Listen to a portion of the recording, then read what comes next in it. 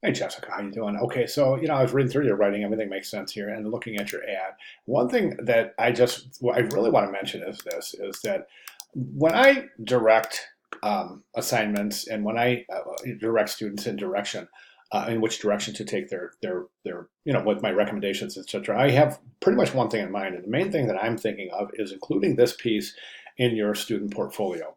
And a lot of my comments are geared towards that. I think it's important that you have a tangible piece or pieces, a campaign to leave this class with for the addition into your student portfolio. That said, I think one of the things that student portfolios look like, and especially hiring professionals when they're looking at the work of young designers freshly out of design school or even still in design school, one of the things that we look for is page harmony. And a lot of students have a tendency to want to place things in boxes. And I don't recommend it. I think it more obstructs page flow and page harmony than enhances it. So in other words, each time you place something in a box, it kind of creates a degree of separation from the overall composition. And I see this ad as somewhat problematic now. And I'm not saying you have to change it. The ad is accomplishing all of the requirements of the learning objectives and outcomes, but as far as the aesthetic and the mechanical function, the page mechanics, I think it can be improved in harmony.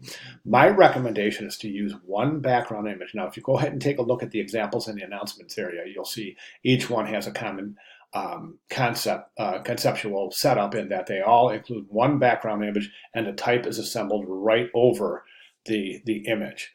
Okay, and so right now I'm seeing this as somewhat of a fragmented ad. And we have this box here, this box here, this box here, this box here, all contained in this box, this purple box.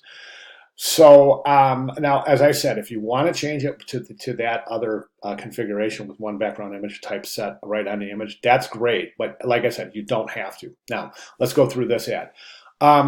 So the background image itself, I think, is a little problematic in the fact that those are basically storm clouds. Those are dark clouds. So this looks like impending storm rolling in. And that's something that I don't think that the Amethyst Bay would want to promote in their advertising.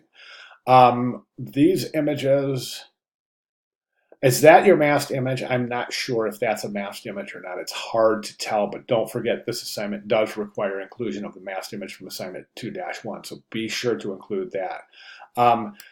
I'm not real sure what typefaces are being used here in that this is, let me see, I think it was submitted as actually that is,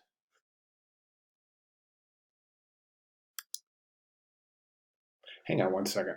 Sorry about that. I was just trying to see what this was submitted as. And it looks like,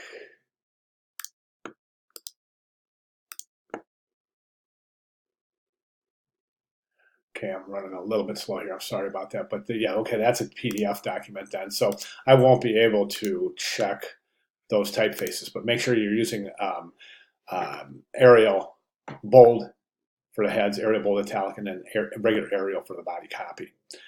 Okay, so as I said, I don't necessarily see anything wrong with the ad. I think you've got everything here that's included. But as I said, I would like to see a change in configuration. That's strictly up to you.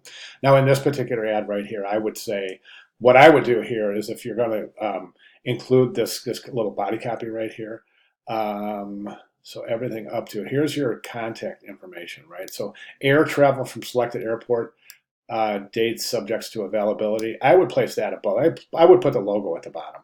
Then I would take the contact information and put it at the bottom left, logo bottom right, and then you can include this area for airfare and amenities included, as well as air travel from select airport. So put your disclaimers right there underneath the images, and then you can get rid of that part of the subhead and just keep that subhead. I would bring this down in the composition a little bit as well.